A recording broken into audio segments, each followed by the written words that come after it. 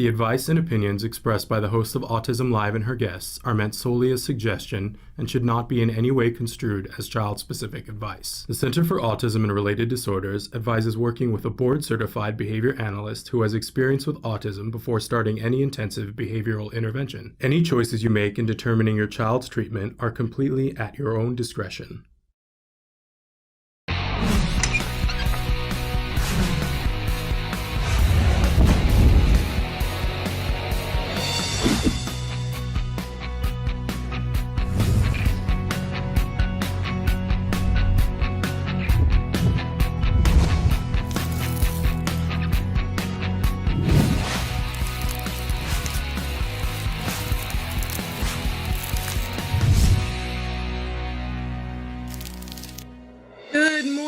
Welcome to Autism Live. I'm Shannon Penrod, and I'm here live with Dr. Temple Grandin. And we're not going to kid around because I know that Dr. Grandin, you were talking earlier that a lot of people have been having internet issues, and you ran into some of them your own last night. So we're gonna make hay while the internet is good here. Today is my birthday, and I know when I talked to Dr. Grandin earlier this month, and I said, you know, what day do you want to come on? And we decided that this is an extra special treat for me being here with her live this morning. You guys have sent in some questions, and I know you're going to write in some more. I'm going to tell you that we had said that we were giving preferential treatment to the questions that came before, but if we have time, we'll get to a few of the live ones if we have time. Dr. Grandin, how are you today? I'm fine. Thank you very much.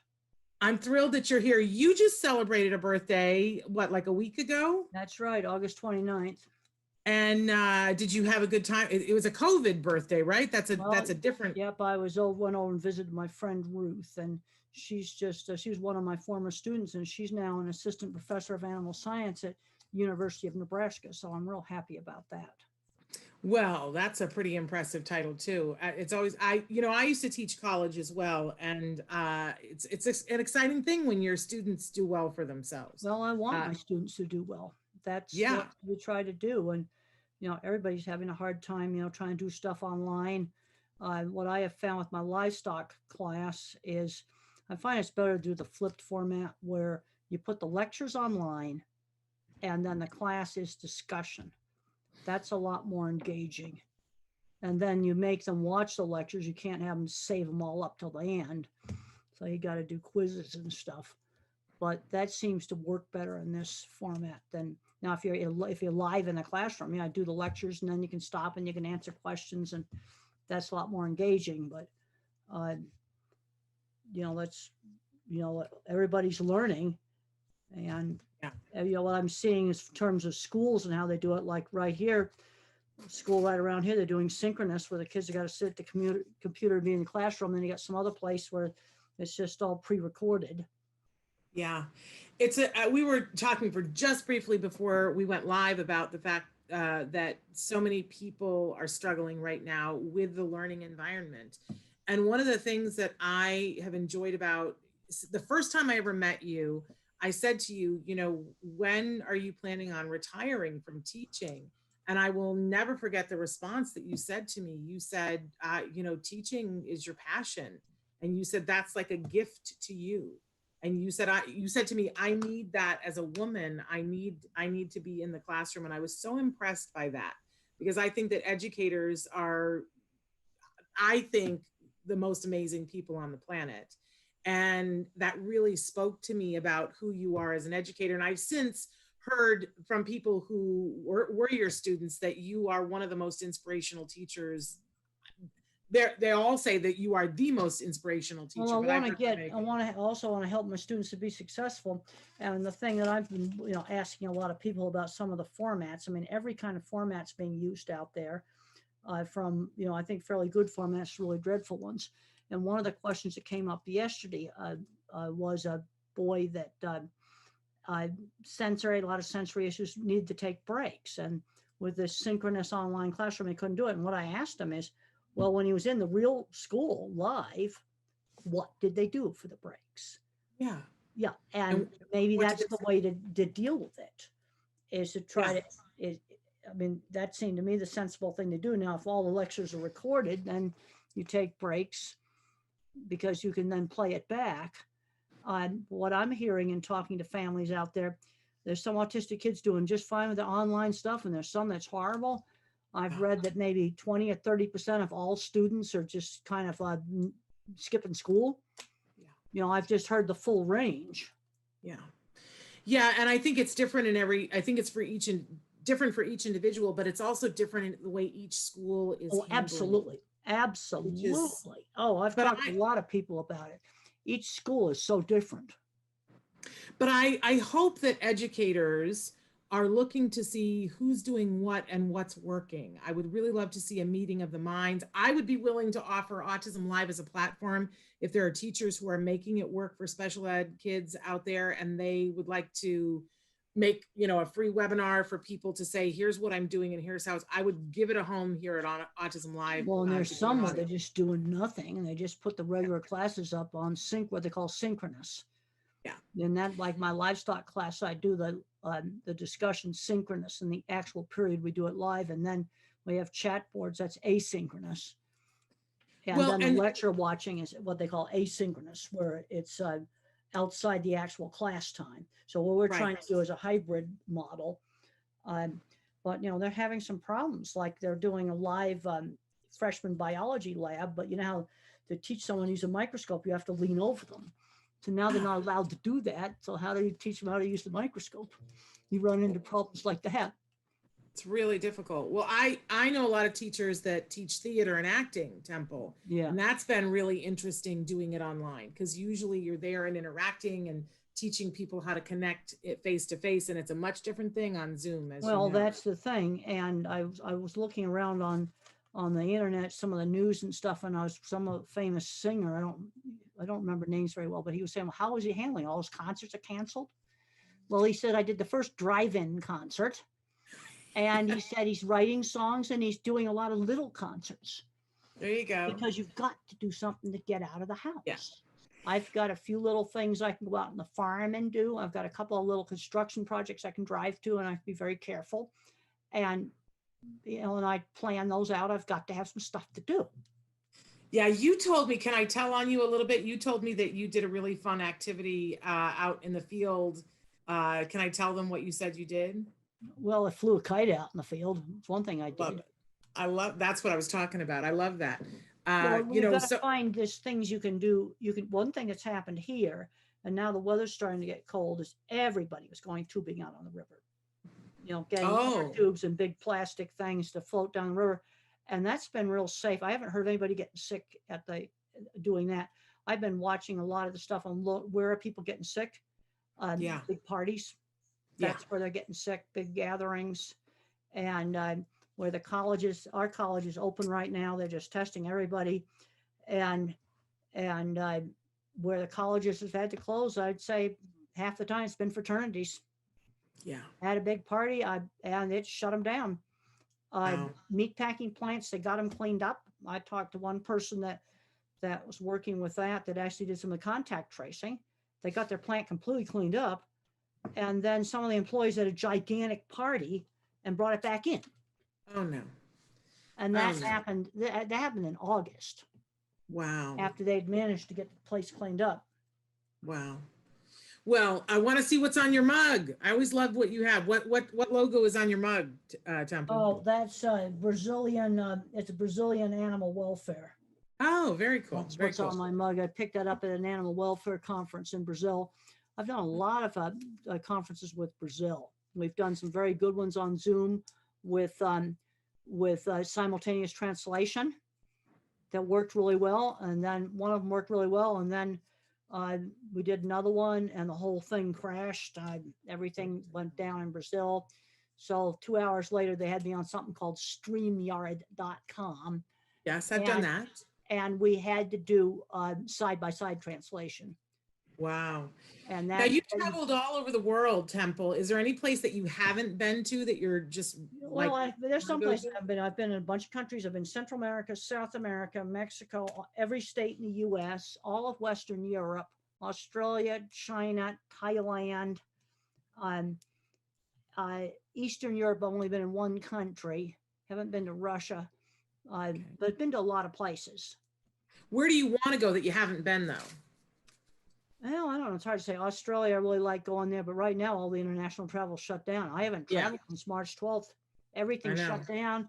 They just canceled our big, huge Denver stock show. Yeah, Oh, I'm sure that's hard. that just happened. Oh, wow. All right. Well, should we jump into some of these questions that folks have Yes. written in? Okay.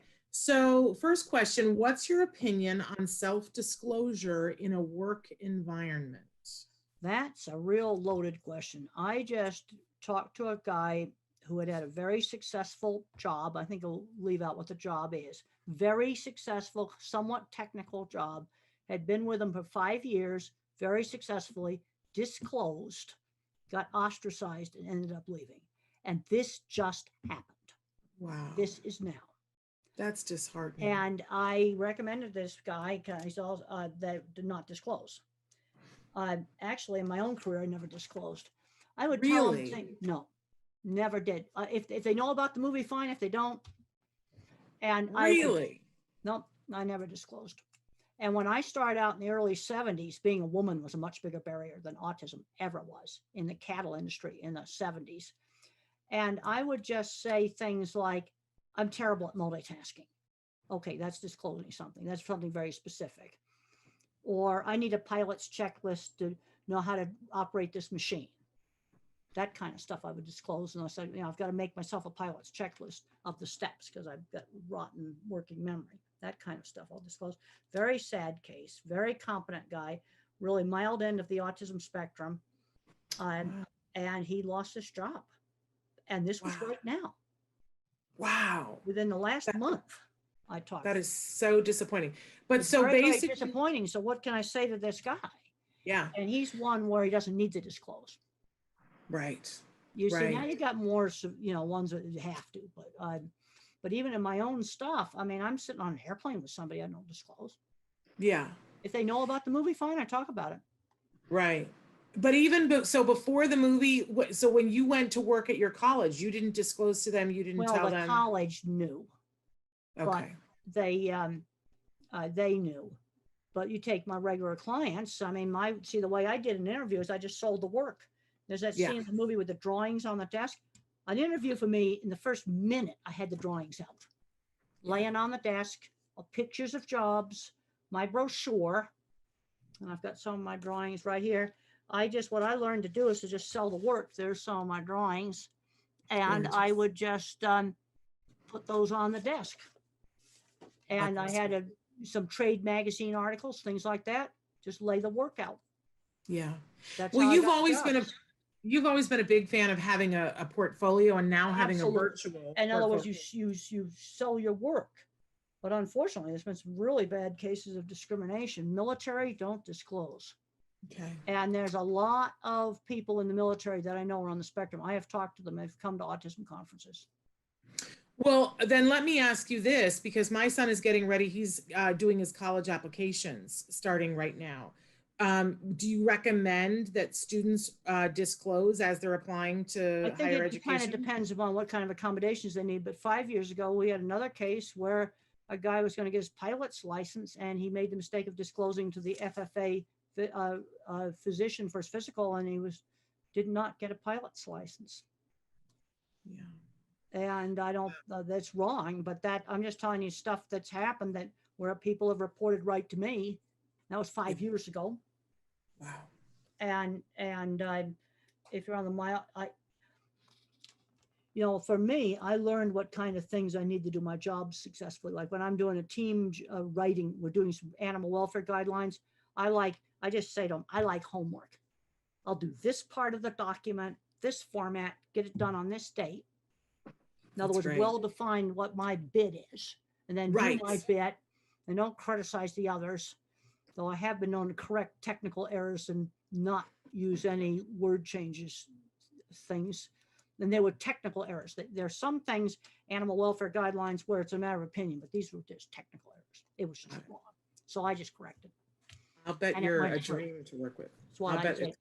But it's this was really disheartening. This guy that I just talked to, technical type of job he had, very good. 5 years he'd been there.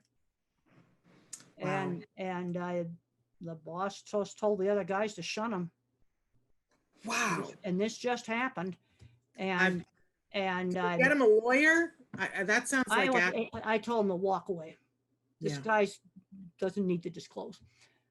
Yeah. And the thing is, you can disclose some particular thing you need, like I'm terrible at multitasking. Right. I need a pilot's checklist. I like well-defined what my job role is. Great. See, that stuff, that's disclosing some specific need you need. But not a diagnosis. Well, it's disheartening. No, terrible, but that just happened. But it is terrible. And I think everybody appreciates your candor and your honesty. Just telling, they come to me. Yeah. They come to me. I don't go hunting for these things. They come up to me. Exactly. I'm going to move on to this other question because I'm interested to hear what your answer is. What is your greatest advice to help grandparents who are overly critical and hard to believe what parents tell them? I'm a consultant, and this is one of my first questions. And what do you recommend to them? We have a lot of grandparents. Well, I got to find out what the grandparents are critical of. See, one of the things on a lot of things, I don't get enough detail. Teachers will say, well, how do I work with autistic kids in the classroom? I don't even know what the age is. What is the problem? Okay, some of the common problems, sensory issues, multitasking. One of the things that the problem with a lot of learning differences is you got a small processor. So I can tell you. Messed up and go ahead. But I can tell you, Dr. Grandin, that for a lot of because I get a lot of these comments from parents, that the grandparents doubt the diagnosis and they say that child doesn't have autism. You just need to parent them better. They need to have their butt paddled when they do something wrong. And they feel like there aren't enough consequences that are negative for the kid. Well, the thing is, for me, there were very clear rules. Tantrums at school were no TV for one night. That was very clear. Then another one that I talked to was a guy, computer programmer, making a ton of money, doing a little bit of fraud stuff with money. And is autism an excuse for that? No, it's not. I was brought up with very strict, like you don't cheat at games. That was taught to me at a very young age. I didn't see grown-ups behaving bad on TV. I didn't see grown-ups sitting around the tax forms laughing about cheating and stuff. I was never, ever exposed to that. But since it's rule-based, you get someone, he was going to play the autism card that he could get out of some serious financial fraud he'd done because he's autistic. No. So for parents, for grandparents who, let's say that the child is diagnosed and the grandparent says, I just don't think they have autism. All right, first of all, I want to find out, I want to be more specific. What behavior do the grandparents object to? Let's get more specific. What is the behavior? And then how can we deal with the behavior? Well, I can think of one instance recently where I consulted with a family, and the little boy who was like 6 or 7 years old, he just wasn't very compliant. So for instance, grandma would say to him, he would say to grandma, I'm going to have a snack right now. And grandma would say, no, it's not time for a snack. And the child would say, I'm going to go make the snack. And he would start to go make the snack. What the grandmother needs to say, first of all, I want to get rid of saying no. What you want to say, instead of saying no, we have our snacks at 3 o'clock. Give the instruction instead of saying no. There you go. So that's the old fashioned 50s parenting. That's what I had. So don't even get into the conversation about autism, and trying to prove deal with the behavior. And you're going to just say, our family has our snacks at 3 o'clock. Give the instruction. That's what we do in our family. We'll have a snack in the mid-afternoon or a snack in the mid-morning, whatever it is, but get it on a schedule and you just give the instruction. So let's just look at the behavior they're dealing with. Now, you sometimes will have kids where they'll have a meltdown due to sensory sensitivity. And then one of the ways to handle that is the noisy thing the kid hates. It could be I saw a kid just the other day, a little electric battery operated leaf blower. That'd be something a lot of kids with autism would hate. There's a little battery operated one, so it would have been safe for them to use. And you let them turn it on and off, or the vacuum cleaner, or the hairdryer, whatever the noisy thing is, let the kid control it. I like that. And I looked at this little leaf blower and I'm going, oh, we're going to let it was battery operated, so it was safe. Yeah. And the kid can turn it on and off and control it. So they can take as much as they want to take and Well, then that's turn it right. off. That's really important. And that can sometimes help with, specific noisy things. There was one boy that was terrified of the scoreboard buzzer in the gym. And they took him down to the gym and they let him press the button and he started making tunes on it. Oh, Now that's lovely. something you see, but the thing is, I want to find out what behavior Granny doesn't like and then try to Yeah. deal with it. Yeah. Well, I think that's wonderful. Okay, so I'm going to move on to this next question. Autism and ADHD. I find it incredibly difficult to address the autism in a child when the ADHD makes focusing so very difficult for them to respond to behavior therapies. Any suggestions? All right. Well, first of all, ADHD and autism on the social front overlap 30%, both in genetics and in brain scans, especially one on social stuff. Okay, so let's just look at the task. You see, I have to get very specific so I can visualize. All right, what is it? What are they trying to teach you? What are they trying to teach you? How old is the kid?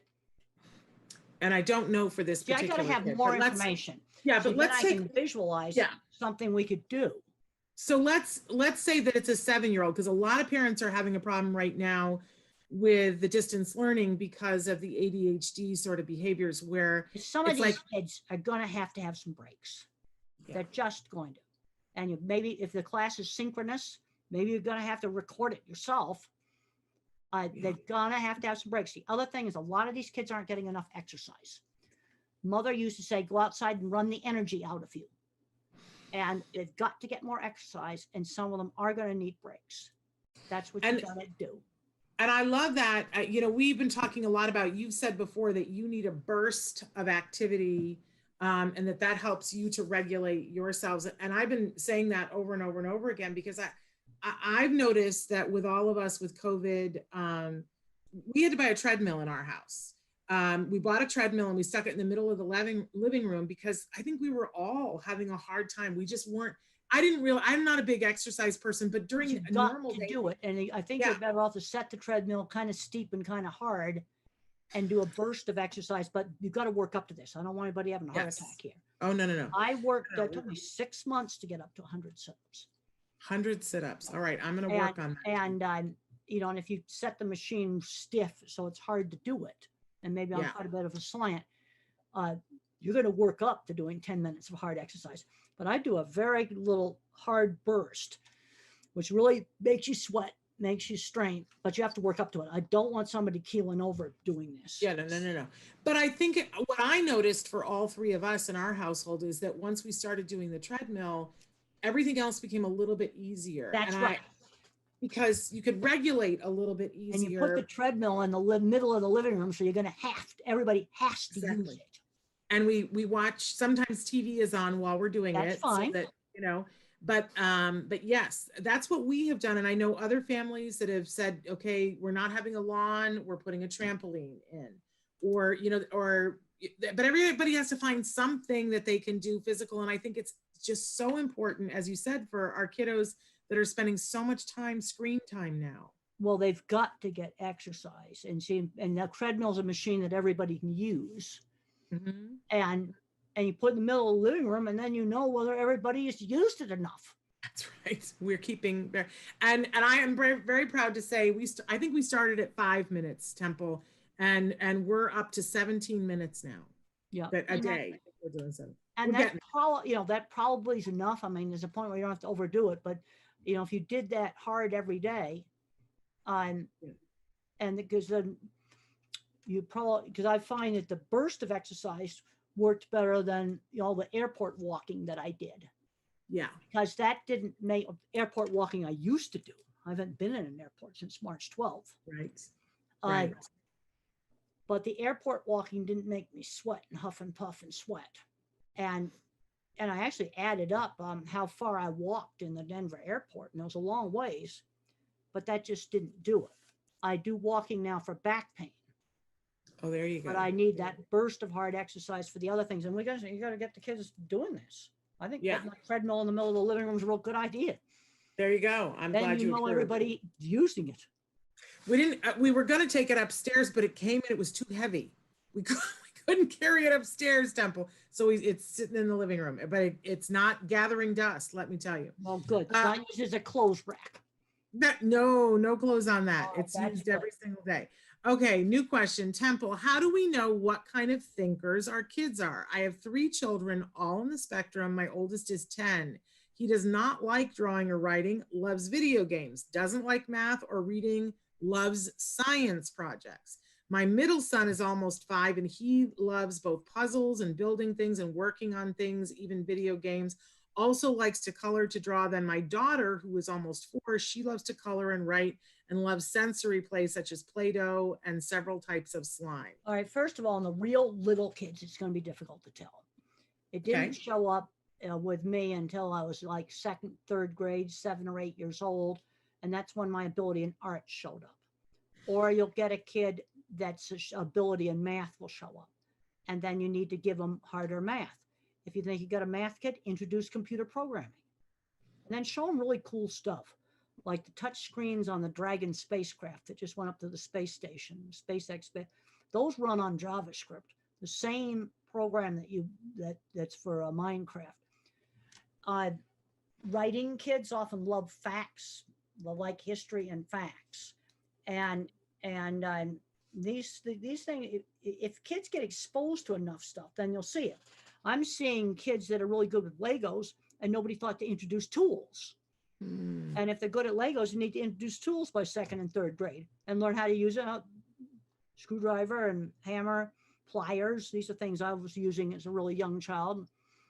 Then maybe a little later, a small electric cordless battery operated drill. And handsaw, all hand tools, of course, and except maybe the electric drill. And one of the most favorite things I ever got. And you teach them how to use them safely, and because there's a lot of visual thinkers like me, where skilled trade's a perfect place for us to go. I guarantee you, it's essential work. We'll have jobs forever. We will have jobs forever. And the math kids, some of the way they're teaching math now is really weird. You want to find out you have a math kid, get some old-fashioned algebra books and geometry books and let the kid have them and see what he does with them. You see, they can't show the skill if they're not exposed. Very good. That's the thing. Somebody gave me a million years ago, they gave me a lady toolkit, and in it was a crank drill. Oh, yes. And to this day, I use that thing. I have a cordless drill that's, a bad, but then I got to charge it, and I can never find. Well, crank drill is like an egg beater drill. Yeah. And I use it still all the time, because if I just need to drill a little hole, and I always think about what a great thing for a mechanical kid before the cordless. But those are the kind of things that when I was fairly little kid, I was like 4th grade, I was using one of those cranker, egg beater drill. Yeah, I love it. These are things that but if kids aren't exposed to tools, how are they going to find out whether they love them or hate them? Yeah. And if you don't expose a kid to art stuff, and then you've got, or math kids, usually they just take right off of the math. But some of this math, the way they're teaching it, I looked it up online. I looked up 1st, 2nd, and 3rd grade Common Core math. I'm going, you got to be joking. Let's just get some old-fashioned math. Then go up in the attic and find the old geometry books and the old algebra books. And if you've got a math kid, they'll take off. He'll either be an algebra kid or a geometry kid. And I am definitely was not the math kid. Algebra, I never passed an algebra class. I managed to get out of it. But what you need for a skilled trade is the old-fashioned, I'm going to say old-fashioned up through 6th grade math is what you need for a skilled trade. You don't need any more than that. Things like find the volume of a cylinder, area of a circle, measure a room, some angles for roofs. Yeah, that sounds like the 7th ring of hell to me, because I'm definitely not a math kid. But you've always been a big fan of, because you turned me on to it, Khan Academy. Khan Academy is all kinds of great stuff. Khan Academy, then for programming, code.org. And then if you want to turn on the kids that love patterns, you can look up fractals online, and you go on to Google Images and look up protein symmetry. Protein symmetry. You will find patterns that are inside your body that look like cathedral windows. I think that one of the most amazing things was when my son learned how to, as he calls, search it up. We'll be talking about something and he'll go, well, let me search it up. And when he learned how to Google things for himself, I couldn't believe the things that he would Google and that he would discover and that he would learn about. It was fascinating. And it Well, occurred to me that I don't know that all kids know how to do that. well, I'm finding I have a called my internet project in my class, and they've got to pick out a question in animal behavior that interests them. Mhm. And then they have to look up 8 scientific journal articles on 4 different databases. And what I'm finding in that is for some students, it's a really easy assignment. About a third of the students don't even know how to do it. And the other thing they don't know how to do is how do you summarize? So I've got 8 articles about, um, some question, how do bees navigate? Let's say that was the thing you look up. Well, tell me in a half page of single space type, how do bees navigate? After you've read these papers, you ought to know. Yeah. Yeah, how do you And they're having summarize? trouble with that? Because we got a lot of kids getting through into college now. They've never done a book report. Yeah. So they've never learned how do you summarize something. It's true. It's absolutely true. Something to think about. Hey, have you got your book there, Calling All Minds? Is that what I see behind Yeah, you? that's Calling All Minds. This is my kids' project book right here, Calling All Minds. And it's got simple projects like paper airplanes and snowflakes. And when I did a book signing for this book, I found that about 30% of kids in Colorado had never made a paper airplane. That's We've got to, if people ask me, what's the thing you would do with education? Well, I want to put all the hands-on stuff back in. And that includes theater, which has been really messed up with COVID. Because for some kids, that's the kind of career they ought to go into. Also on the different kinds of minds, my book, The Autistic Brain, is where I've got the science for the different kinds of minds. And I've since looked up more science since that book was published. And you have people that are the object visualizer like me, who think in pictures. And then you have the visual spatial person who thinks in patterns and where things are located in space. And there's more science that supports that. That's fascinating to me. And when you look at who builds a big factory like a poultry processing plant, the more mathematical engineers, they'll do the boilers, the refrigeration, framework of the building, soil compaction. And then what I call the clever engineering department, that's the visual thinkers, make all the clever equipment that's inside. And we are actually losing skills. I went to a brand new state-of-the-art poultry plant last year. The equipment was shipped over here in 100 shipping containers from Holland. And it goes back to skilled trades being taken out of the schools. And fortunately, I know in Texas, they're starting to put it back in. But we got to get all the hands-on stuff back in the schools. Someone said to me, what would you do with education? That's going to be one of the things I would do.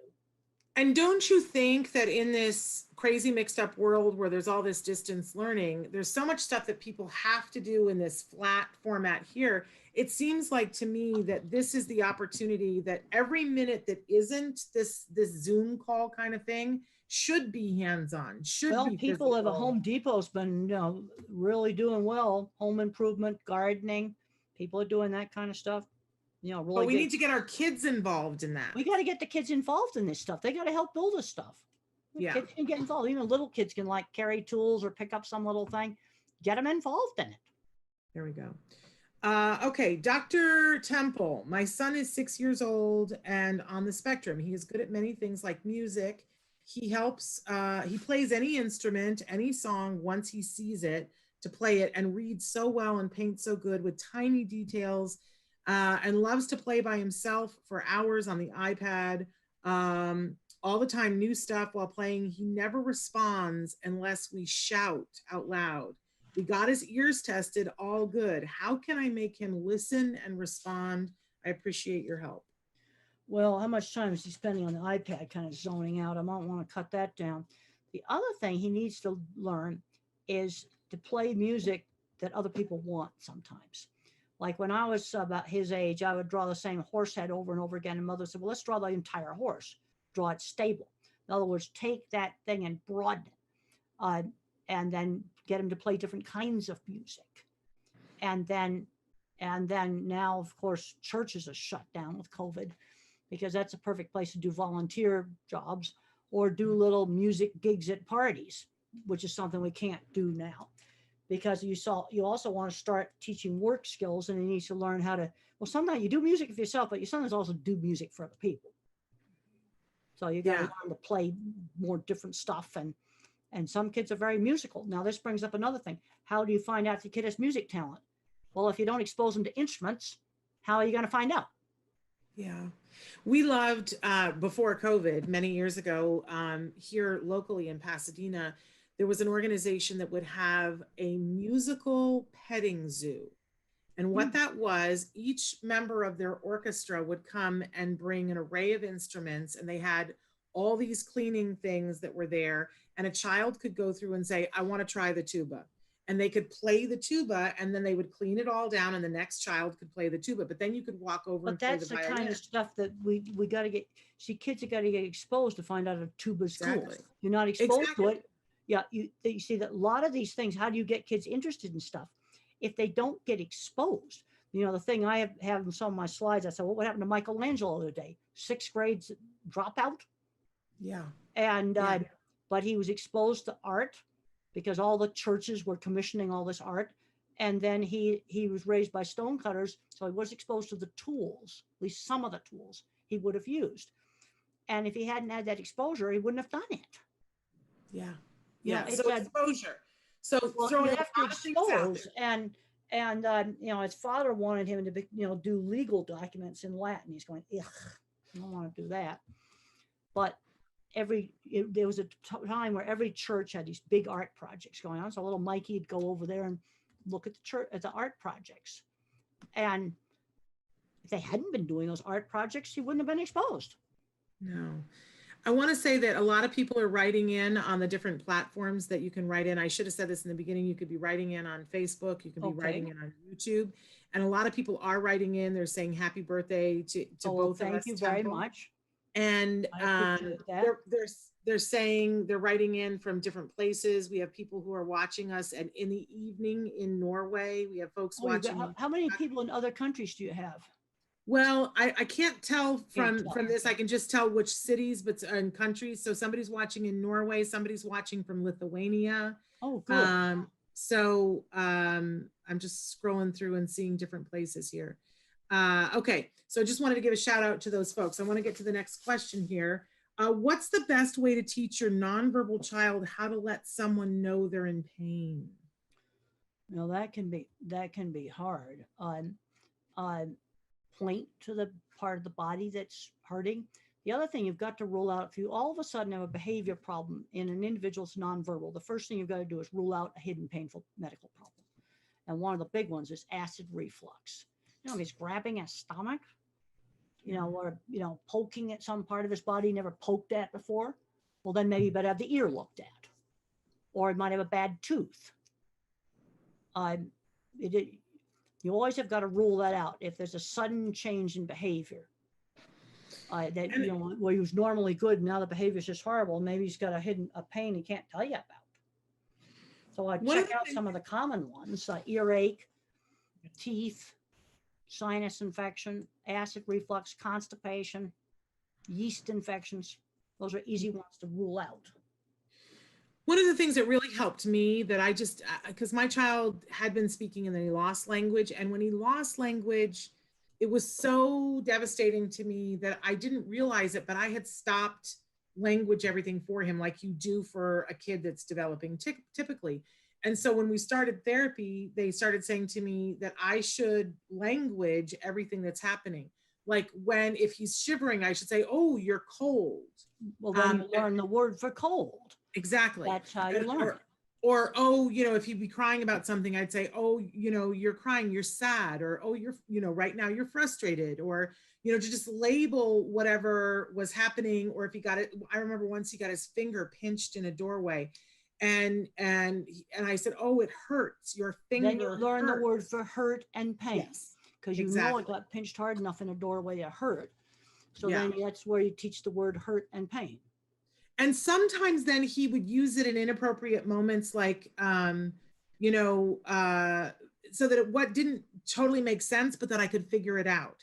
So, he would point to and say, I hurts, but then I could figure out he's got a headache. Yeah.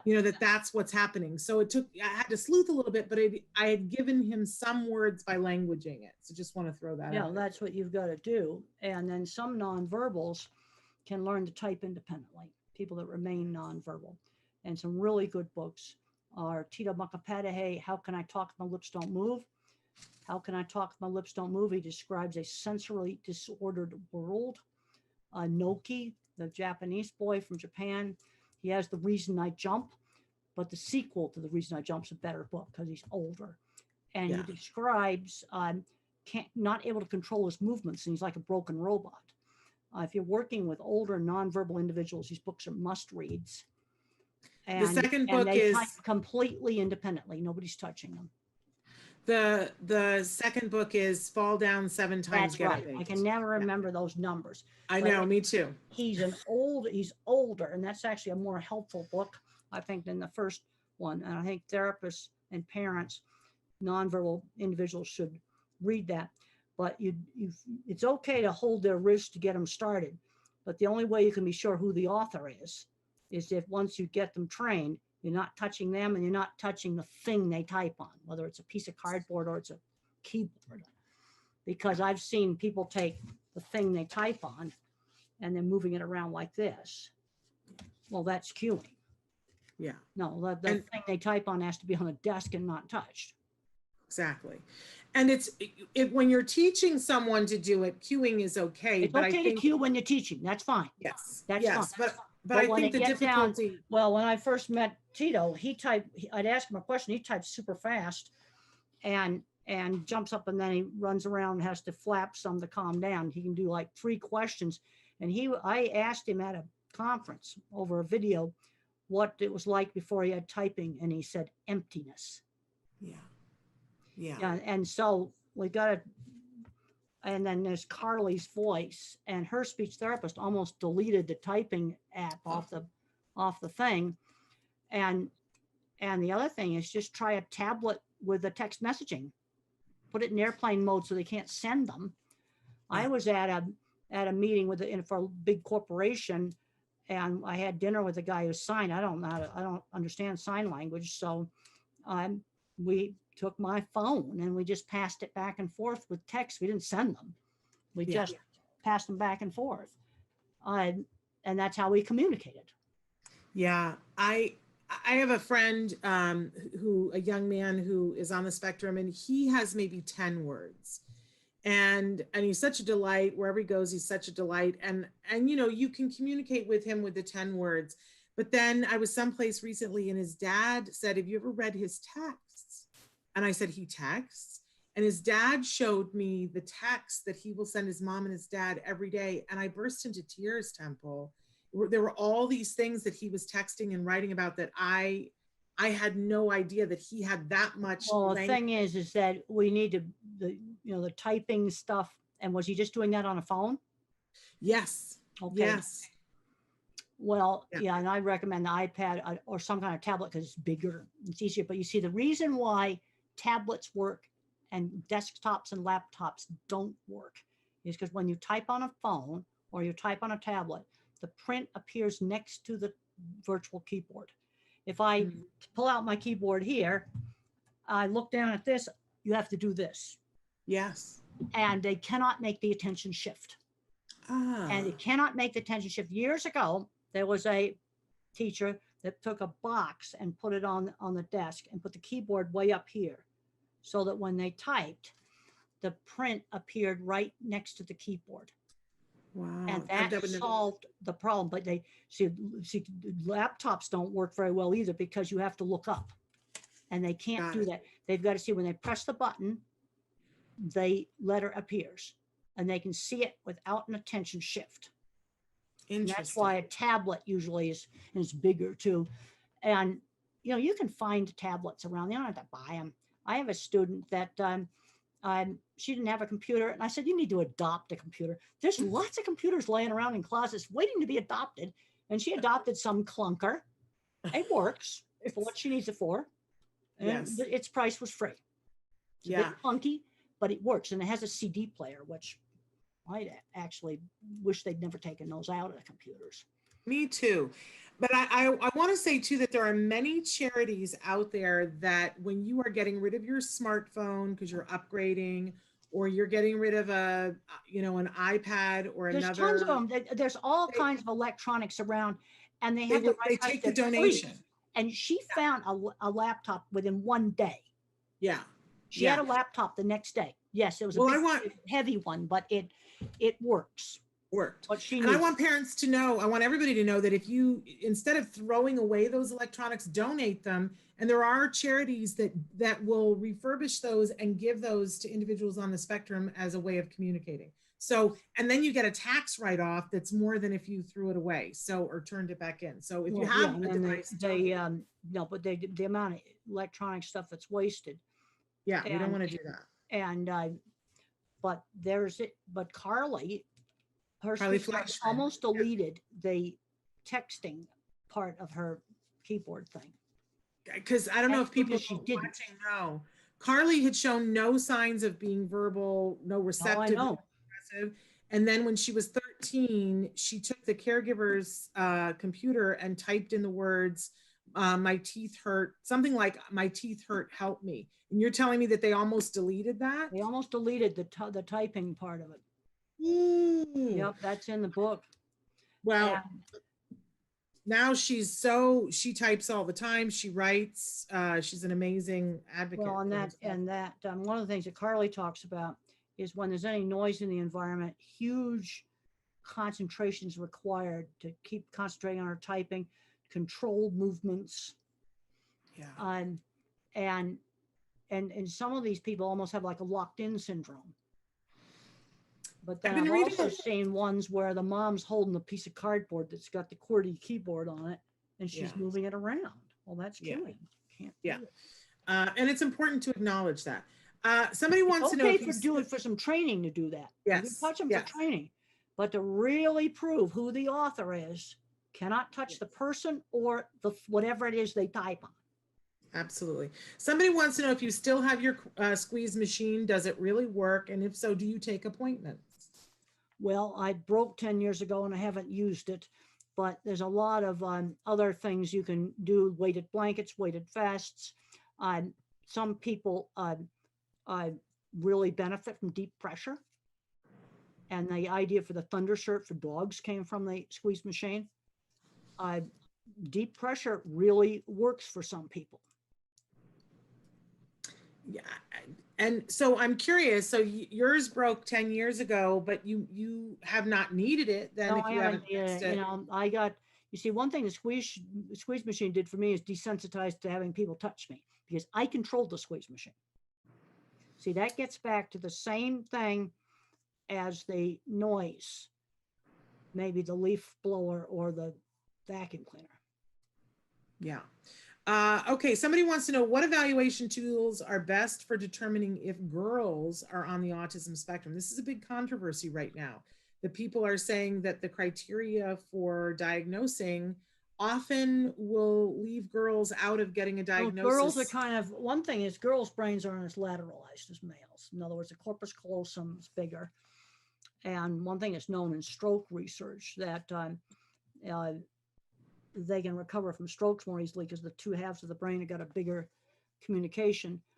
But where girls really get in trouble is abusive relationships. They so much want to, be social. They get in a lot of problems with that. Now, when I was a little kid, I was nonverbal, so that's obvious. Okay, because I was nonverbal to age 4. I had obvious autistic symptoms, but you've got other girls where there'd be the type that has no speech delay, socially awkward. And the other thing that's concerning me now is I think we're getting too much medical model. How do we help someone be successful? Because I got all these grandparents that come up to me who find out they have autism when the kids get diagnosed. I'm seeing this happen all the time. And Granddaddy's got a good job.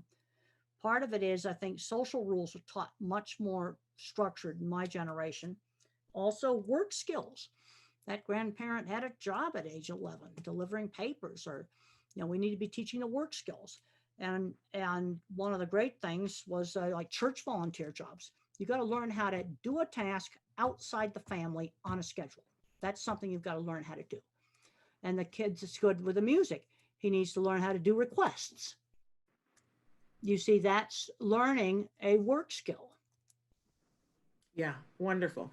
I have a 21-year-old son diagnosed moderate to severe when he was 2.5 years old. All the perseverative behaviors, circles, talking to himself. We did detox, chelation, play therapy, ABA.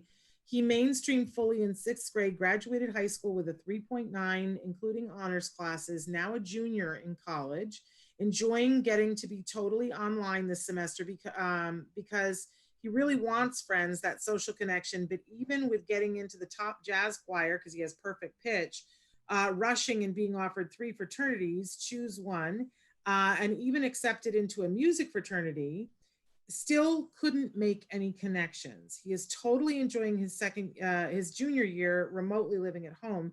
His autism services director said that this is difficult because most kids on the spectrum are happy alone. Well, it sounds like he's doing pretty good. So what's his problem? The problem is that he wants to connect, that he's having troubles connecting, and they want to know if you have any thoughts. And what do you mean by connecting? He wants friends. He wants so to be he's able not getting any friends, because usually when you're in this many different things with shared interests, you get some friends who shared interests. But he's not. And she's saying he's in this, he's in the choir, he's in the fraternity. Well, but oftentimes you get friends through those shared interests. Now you've got to, sometimes one thing I had to learn is I couldn't go on and on and on talking about the same carnival ride over and over again. People get sick of that. So you have to make some rules. Okay, why has he not got friends? I have a few more questions I got to ask, because when I was his age, I did have friends who shared interests. And a couple of the people I was friends with were probably on the spectrum, but it was through shared interest. And he's doing shared interest things. They invited him into a music fraternity.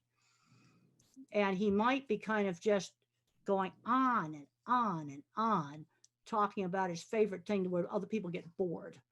And someone needs to just coach him that, okay, you talked about the bassoon like for 2 hours now. I'm just making something up. And with an instrument, and people are getting bored with it. You see, I need more information to find out. He's probably doing something like that just totally turns off the other people. And I wonder if mom can be a little bit of a sleuth while he's home doing stuff online to see, because even in the Zoom, you can begin to see it's a little bit different. Sure. Yeah. And then is he just yakking on and on and on? Now, one of the problems I have, and I still have it, is interrupting, because I can't get the timing. There's a lot of problems I have to do with slow processor speed, monotasking, timing, and see what he's doing wrong. You see, this is where I might just need some social coaching. Okay, you've talked too long about this musical instrument. Let's get somebody else talking. What is he doing online? I'd watch him. Because usually somebody that's doing that many things like that does get some friends. Yeah. Thank you for bringing up the interrupting thing, because a couple of people have written in and said that I've interrupted you several times, and I apologize. It is very hard to time in Zoom, so interrupting is also my problem, and they're mad at me that I've interrupted you too many times. Well, and I've interrupted people just live because I can't get the timing. This is where the processor speed of my brain, if I was a computer, I'd be an Intel 286. You can look that up and see what that is. But I've got the cloud for memory. But a lot of the problems of things like interrupting, that's processor speed. And I still have a problem with that. So, but you said you have the cloud for memory. So does that mean you have a cloud would be tons of memory? Computer so cloud, So you have a lot of memory? I have a lot of memory, but I've got no working memory. Like if I had any task that involves more than 3 steps, I have to write them down. I have to make a checklist or I can't remember them. I cannot remember long strings of verbal steps. So what are the things that you have that you just remember everything from your childhood? What you say not you have everything. I mean, it's like I don't remember every hotel I've been in. I only remember really weird, really terrible. And I remember generic Hilton Garden Inn, sort of what they look like, because they're all the same. Generic Fairfield Inn. I love that. Brands. And then I remember this really awful hotel I stayed in that was so trendy, it was stupid. The lobby looked like a construction site. There's snap tie holes showing where they're taking the forms off. I'm going, that's not cool. But the worst thing was the breakfast. They served it in pint ice cream containers. and then they just dump the slimy poached egg on the top. That's horrible. It was horrible. That's horrible. It was trying to be really trendy. And I go, really? Young people are really going to want to eat breakfast out of ice cream containers? I don't know about that. Oh, Temple, I think you have a career as a travelogue reporter, because I would enjoy. We are never staying here ever again. Temple. Oh, I love it. I love it. I want to put these into a series of books. There should be a book about all the hotels that you've stayed in and reviewing them. I know you have other better things to do with your time. But the other thing that I wanted to say for people who have adults that are on the spectrum and are wanting to work on socialization right now, the Ed Asner Family Center every Saturday has a movie chat group with a wonderful young self-advocate, Chelsea Darnell. It's free. Anybody in the country can do it.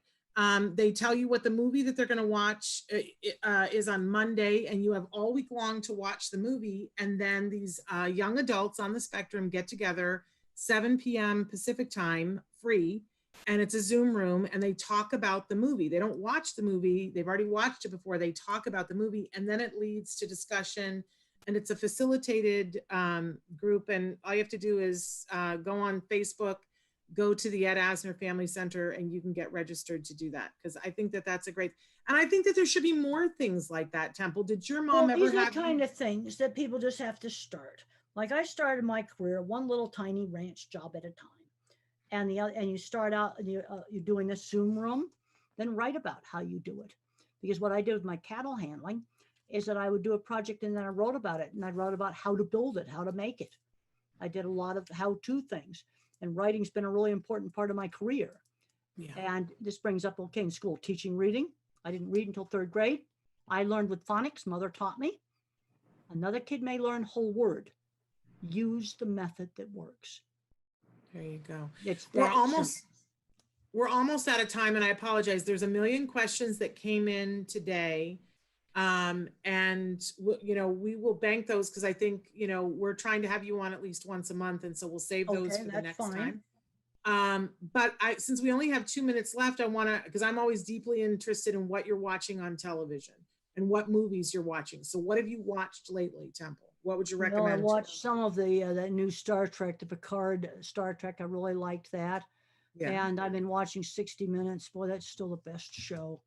They had a really interesting segment on there, self-driving trucks.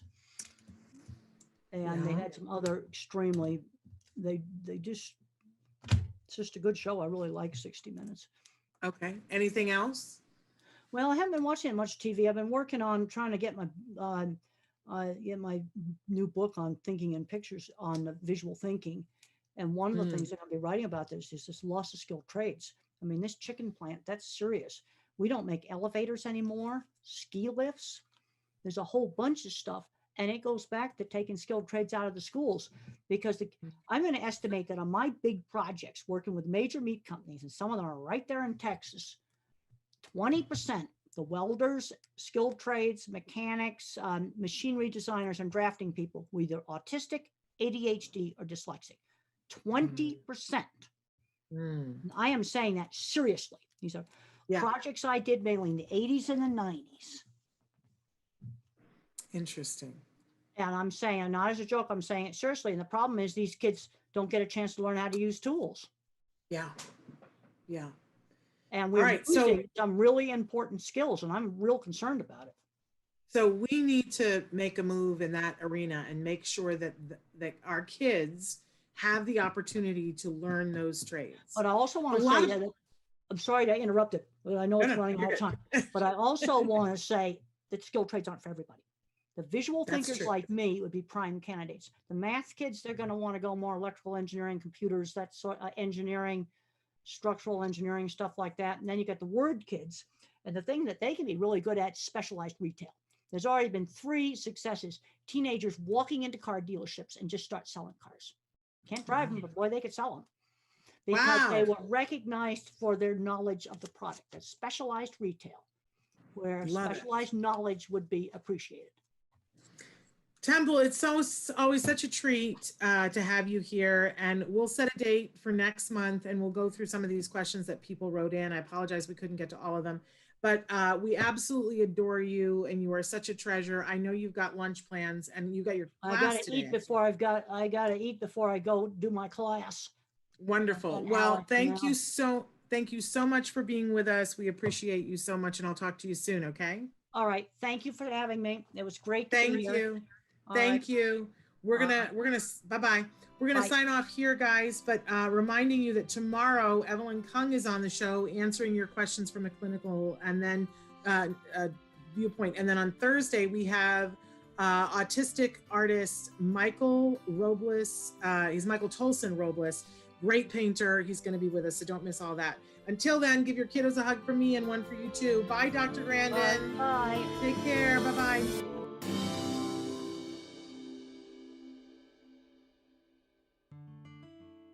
Thanks for watching Autism Live. If you found anything helpful in this video, please give us a like. In fact, make sure that you smash that subscribe button on YouTube and give us a like on Facebook. You can also follow us on Twitter and Instagram for important updates. And please download our free podcast wherever you get your podcasts. See you next time. Until then, give your kiddos a hug from me and one for you too. Bye-bye for now.